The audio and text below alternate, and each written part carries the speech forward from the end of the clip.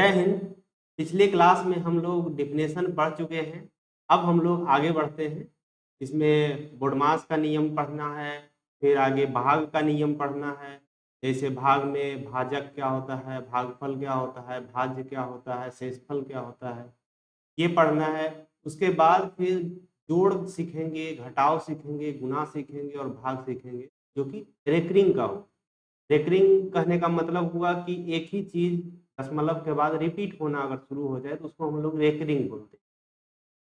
जैसे 10 में हम 3 से डिवाइड करें तो 3.33333 आते रहेगा, तो हम इसको लिखते हैं 3.3 के ऊपर रेकरिंग। जिसके ऊपर रेकरिंग रहे वो बार बार रिपीट होने वाला होता है। तो आज हम इसके बारे में भी सीखेंगे। हम लोग आज ये भी सीखेंगे कि कोई भी संख्या अभाज्य है या नहीं है, इसकी कैसे पहचान की जाए। कोई संख्या अभाज्य है या नहीं, तो सबसे पहले हम स्टार्ट करते हैं भाग के नियम से। इसके बाद पढ़ेंगे कोई संख्या अभाज्य है या नहीं ये।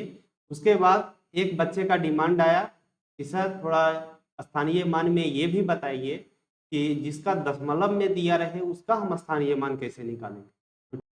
अगर आज हो पाया तो मैं दशमलव का भी स्थानीय मान निकाल के बताऊंगा और सिखाऊंगा, और अगर आज नहीं हो पाया तो नेक्स्ट वीडियो में दशमलव का स्थानीय मान सिखाऊंगा। ठीक है, तो चलते हैं अब स्टार्ट करते हैं भाग के नियम से।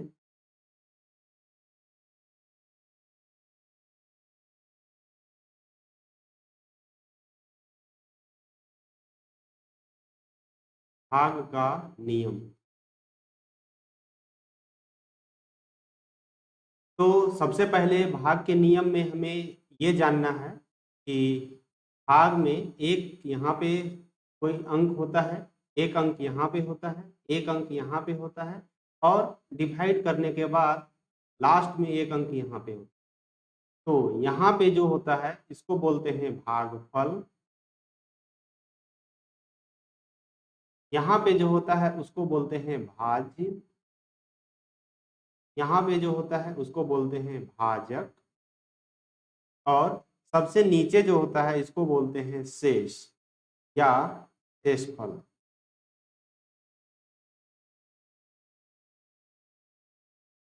अगर अंग्रेजी में देखा जाए तो इसको बोलते हैं रिमाइंडर,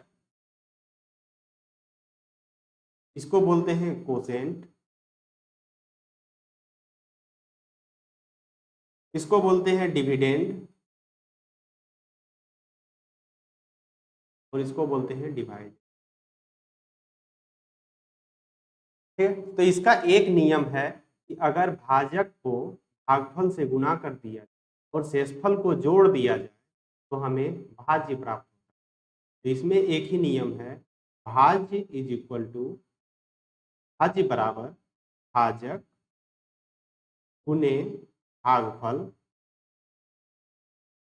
प्लस शेषफल या शेष, शेष ही लिखते हैं। अब अगर हमें भाज्य पता करना हो और ये 3 पता हो तो हम भाज्य निकाल सकते हैं। इस 4 में से कोई एक गायब रहेगा, बाकी 3 रहेगा तो हम निकाल सकते हैं। जैसे अगर भाज्य हमें निकालना हो और ये 3 पता है तो हम ये दोनों को मल्टीप्लाई करके इसको ऐड कर देंगे तो हमें भाज्य मिल जाएगा। लेकिन अगर हमें भाजक नहीं पता है, भाज्य पता है, भागफल पता है और शेषफल पता है, तो हम कैसे निकालेंगे, तो इसका तरीका भी हम लोग आगे सीखेंगे। ठीक है, तो ऐसे तो इसमें है कि ये बराबर के इस साइड और बराबर के इस साइड, दो साइड होता है, इसको बोलते हैं दायां पक्ष, बायां पक्ष, बायां पक्ष, और इसको बोलते हैं दायां पक्ष। और ये जो होता है ये बराबर से सेपरेट किया, बराबर से अलग किया हुआ। इसका मतलब हुआ कि जो इस साइड लिखा हुआ है वही इस साइड भी लिखा हुआ है, और ये बराबर का मतलब ही हुआ कि जो इधर है वही इधर भी है, बस दूसरे तरीके से लिखा गया। तो कोई भी चीज अगर जो बराबर के इस साइड में है, इसको अगर हम दाहिना साइड ले जाएं या बामा साइड ले जाएं, बाएं वाले को दायां ले जाएं या दाएं वाले को बायां ले जाएं, तो क्या होता है, साइन क्योंकि चिन्ह बदल जाता है। तो चिन्ह कैसे बदलता है ये हम आगे सीखते हैं, और चिन्ह क्यों बदलता है। जैसे कि इधर मान लिया जाए लिखा है 4 + 5 बराबर, इधर है 9 लिखा हुआ। तो यहाँ पे हम देखते हैं कि ये 4 है, ये 5 है और ये 9 है। अगर 5 को हम इस साइड ले जाएं तो ऐसे बहुत जगह सीखते हैं हम लोग कि 5 अगर प्लस में है तो इस साइड में गया तो हो गया माइनस में, तो 4 बराबर 4, लेकिन ऐसा नहीं होता है। होता क्या है कि इधर है 4 + 5 बराबर 9 लिखा हुआ, इधर से हमें 5 को हटाना है, तो हम क्या करेंगे, इसमें -5 करेंगे और इधर भी -5 करेंगे, तो क्या हुआ, इधर 4 और इधर भी 4। तो यही हम लोग जनरली कहते हैं कि इधर 5 जो है प्लस में है, ये दायां साइड गया तो माइनस में हो जाए। ऐसा होता नहीं है, एक्चुअली होता यही है कि दोनों साइड हम 5-5 माइनस कर देते हैं, इसको न्यूट्रलाइज करने के लिए। 5 को हटाने के लिए 5 को हम माइनस कर दिए तो ये 5 हट जाएगा, और इधर जो है क्योंकि बराबर है तो दोनों साइड हमें जो काम करना है दोनों साइड करना पड़ेगा। तो इस साइड हम -5 किए तो इधर में हम -5 करते हैं, तो इधर भी 4 और इधर भी 4 प्राप्त। तो एक नियम ये भी हमेशा याद रखें कि अगर प्लस है और कोई बराबर के इस साइड जाए तो ये माइनस में बदल जाएगा, कोई माइनस है और बराबर के इस साइड जाए तो ये प्लस में बदल जाएगा, कोई मल्टीप्लिकेशन में है गुना में और बराबर के दूसरे साइड जाए तो ये भाग में बदल जाएगा, और कोई भाग में है और ये बराबर के दूसरे साइड जाए तो ये गुना में बदल जाएगा। ये कोई ज़रूरी नहीं है कि ये बाएं साइड से दाएं साइड ही जाए, ये दाएं से बाएं भी आ सकता है। ठीक है, तो हम एक क्वेश्चन देखते हैं। क्वेश्चन ये है कि 1043 को किसी संख्या से भाग देने पर भागफल 11 तथा शेषफल 20 प्राप्त होता है, भाजक ज्ञात कीजिए। ये क्वेश्चन हम लिख देते हैं। 1043 को किसी संख्या से भाग देने पर भागफल 11 तथा शेषफल 20 प्राप्त होता है।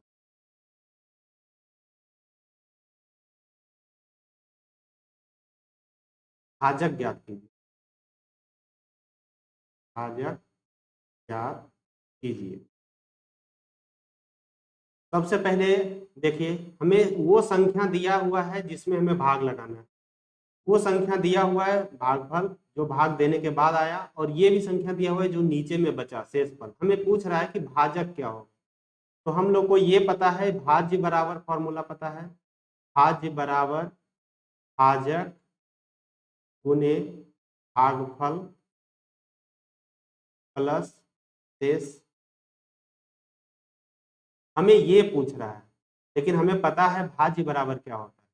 तो सबसे पहले हम क्या करते हैं कि इसको एक साइड रखते हैं और बाकी सबको एक साइड ले आते हैं।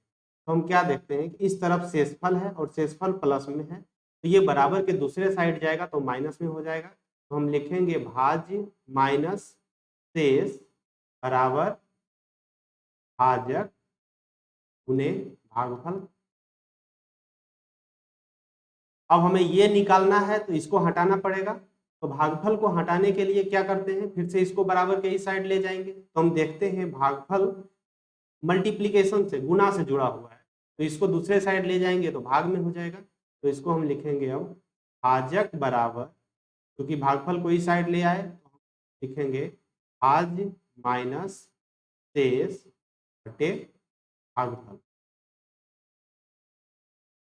अब इस क्वेश्चन से हम निकाल लेते हैं जो जो दिया गया है। तो इस क्वेश्चन में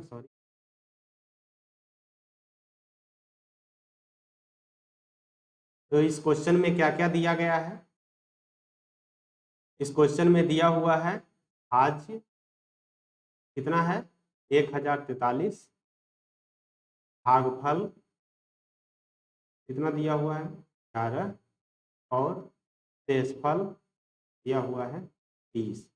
तो इस फॉर्मूला पे रखते हैं, तो 1043 माइनस 20 बटे 11, तो इसको सॉल्व किए तो आया 1023 बटे 11। 1023 क्या 11 से डिविजिबल है, 11 से भाग लगेगा। तो हम 11 से भाग लगने का नियम बताए थे कि हम एक एक छोड़ के जोड़ते हैं, जैसे 1 0 को छोड़ दिए 2, 2 और 1 3, तो इसी तरह 0 और 3 इसको और इसको एक साथ जोड़ेंगे और इसको एक साथ जोड़ेंगे, 1 और 2 3, और में से 3 माइनस हो गया तो 0, तो हम बोलेंगे हाँ ये संख्या 11 से पूरा पूरा कट जाएगा। कितना बार में कटेगा? 11 9 99, 11 3 33, टोटल 93 में। तो मेरा भाजक निकल गया, इसका आंसर नहीं। हम लोग सीखते हैं बोडमास का नियम। बोडमास का नियम में जिस जिस अल्फाबेट से मिलकर बना है, हम उसी के क्रम में कहीं पे अगर जो कोई क्वेश्चन में ये सारे दिए रहे, हम आगे समझाते हैं, कहीं भी क्वेश्चन में ये सारे दिए रहे तो सबसे पहले क्या किया जाए। मान लिया जाए किसी क्वेश्चन में जोड़ घटाव गुना भाग चारों दिया रहे, तो सबसे पहले हमको क्या करना चाहिए? जोड़ करना चाहिए या घटाव करना चाहिए या गुना करना चाहिए या भाग करना चाहिए। इसी के लिए ये एक है बोडमास का नियम। बोडमास के नियम में सबसे पहले हम इसको तोड़ के लिखते हैं, PODMAS। P से हुआ ब्रैकेट, जिसको हिंदी में बोलते हैं कोष्ठक, कोष्ठक। O से हुआ ऑफ, जिसको हिंदी में बोलते हैं का। D से डिवीजन, जिसको बोलते हैं हिंदी में भाग। M से मल्टीप्लिकेशन, जिसको बोलते हैं हिंदी में गुना। A से एडिशन, जिसको बोलते हैं हिंदी में जोड़। और सबसे लास्ट में सब्सट्रैक्शन, जिसको बोलते हैं, क्योंकि ये इंग्लिश का शब्द का पहला अक्षर लिया गया है, इसीलिए ये DODMAS लिखा हुआ। तो सबसे पहले हम काम करेंगे कोष्ठक का। कोष्ठक में भी 3 तरह का कोष्ठक होता है, जिसको हम बोलते हैं बड़ी ब्रैकेट, मंझली ब्रैकेट, और एक होता है छोटी ब्रैकेट। का, जहाँ पे भी का लिखा रहे, का मतलब होता है हम लोग यूज करते हैं गुना। भाग तो आप लोग जानते ही हैं, गुना भी जानते हैं, जोड़ भी जानते हैं। अब ये कोष्ठक में भी 3 तरह का कोष्ठक है, तो सबसे पहले किस कोष्ठक का काम किया जाए? तो सबसे पहले हम करते हैं छोटी कोष्ठक का काम, उसके बाद करते हैं मंझली कोष्ठक का काम, उसके बाद करते हैं बड़ी कोष्ठक। ठीक है। तो अब किसी भी क्वेश्चन में अगर ये सारे दिए रहे तो हमें ये पता चल गया कि सबसे पहले किसका काम करना है, पहले क्या करना है। ठीक है।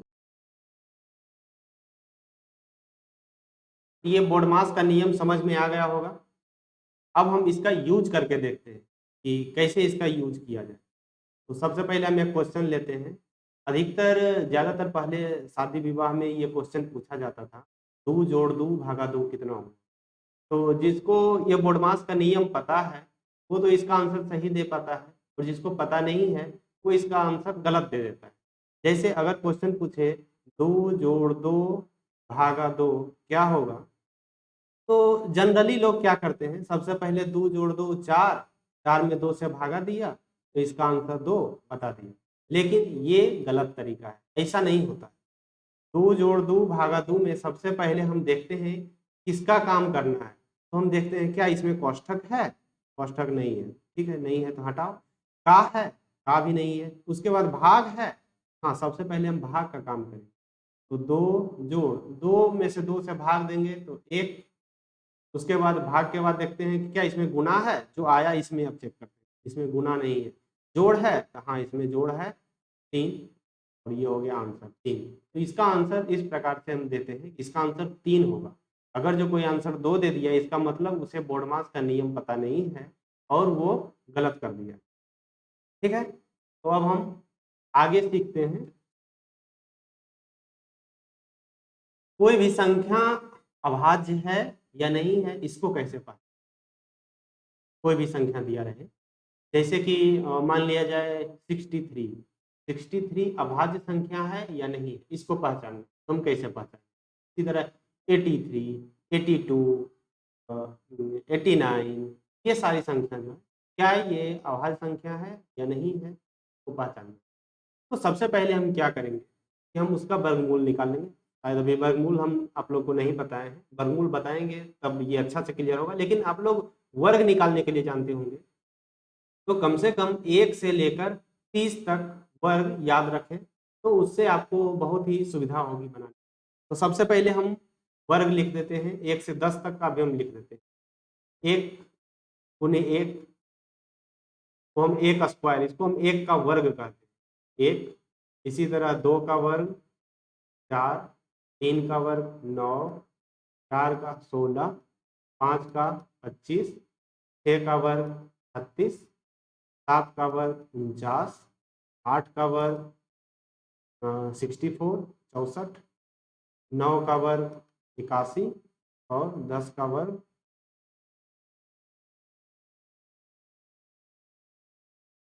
10 का वर्ग।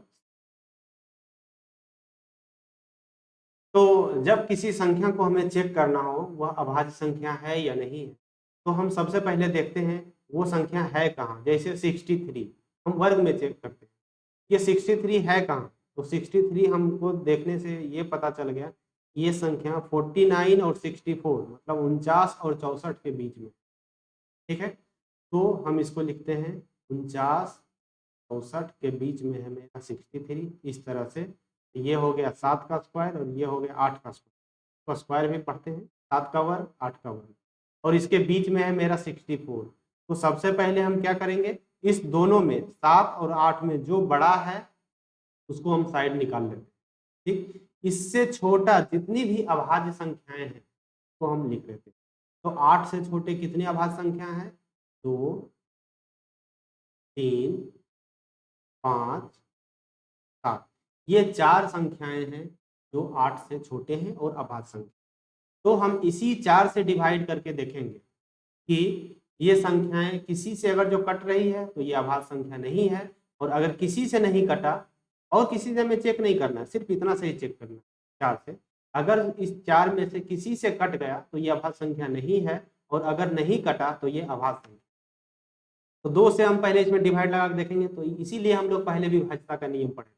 2 से भाग लगाने का नियम तो हम लोग जानते हैं क्या है। 2 से भाग लगाने का नियम, जिसके इकाई स्थान पर 0 2 4 6 8 रहे तो उसमें से कोई नहीं है तो हम बोलेंगे 2 से तो ये नहीं कटेगा।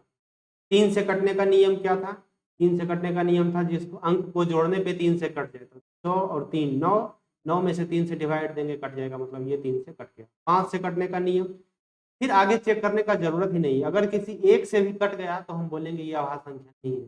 तो इस प्रकार हम बोलेंगे कि मेरा जो 63 है ये अभाज्य संख्या नहीं है, अभाज्य नहीं है, ठीक है। एक दूसरा एग्जांपल लेते हैं 83।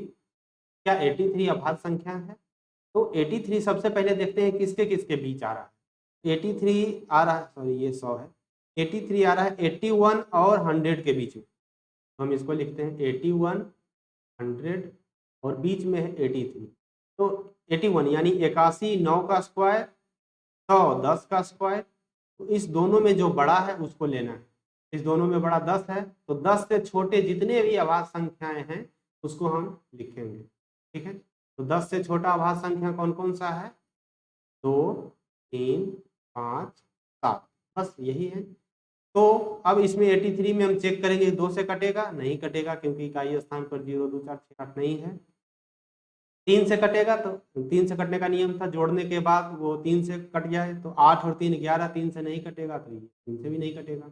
5 से कटेगा, तो 5 से कटने का नियम था कि जिसके इकाई स्थान पर 0 या 5 हो वो 5 से पूरा पूरा कटता है। तो हम यहाँ पे देखते हैं इकाई स्थान पर ना तो 0 है ना 5 है, तो हम बोलेंगे ये संख्या 5 से भी नहीं कटेगा। 7 से कटने का नियम हम लोग नहीं सीखे हैं, ठीक है, अभी हम बता देते हैं एक तरीका। 7 से कटने का नियम है, थोड़ा लेंदी है, बट ठीक है। 7 से भी अगर जो हम इसमें भाग लगा देखते हैं तो ये 7 से भी नहीं कटता है, तो हम बोलते हैं कि 83 जो है 83 ये एक अभाज्य संख्या है, अभाज्य संख्या, ठीक है। तो पहले हम थोड़ा 7 से कटने का नियम सीख लेते हैं क्या है। 7 से भाग का नियम, ये थोड़ा सा लेंदी हो जाता है, इसका 2 नियम है। सबसे पहला नियम जो कि बहुत ही कम देखने को मिलता है, पहला नियम, यदि कोई संख्या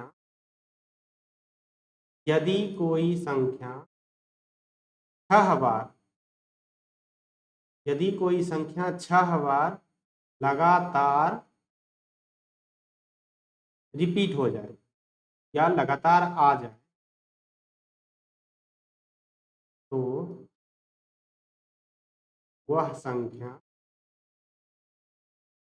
7 से, तो वह संख्या 7 से पूर्णतः विभाजित होगा, पूर्णतः विभाजित होगा।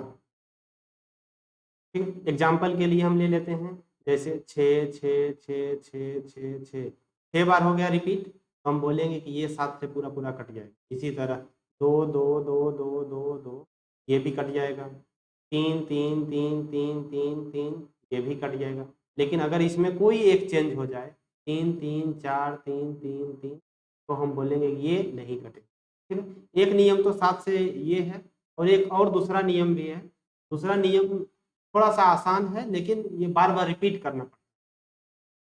तो दूसरा नियम इसका क्या है कि जो भी संख्या दिया रहे उसमें से इकाई अंक को हटा लेना, इकाई अंक को हटा लेना है, और बाकी जो संख्या बचा उसमें से इकाई जो हटाए थे उसको दुगुना करके घटा देना। जैसे सबसे पहले इसका हम डेफिनेशन लिख लेते हैं।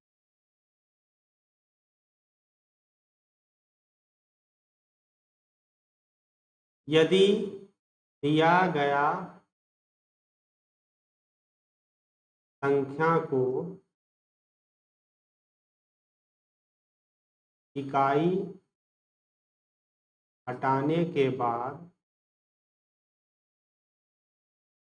को नहीं, यहाँ पे में ज़्यादा सूट करेगा।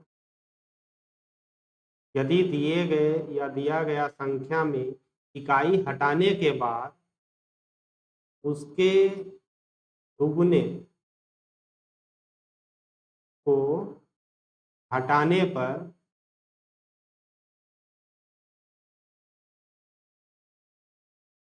प्राप्त संख्या, हटाने पर प्राप्त संख्या यदि 7 से पूर्णतः विभाजित हो तो पूरी संख्या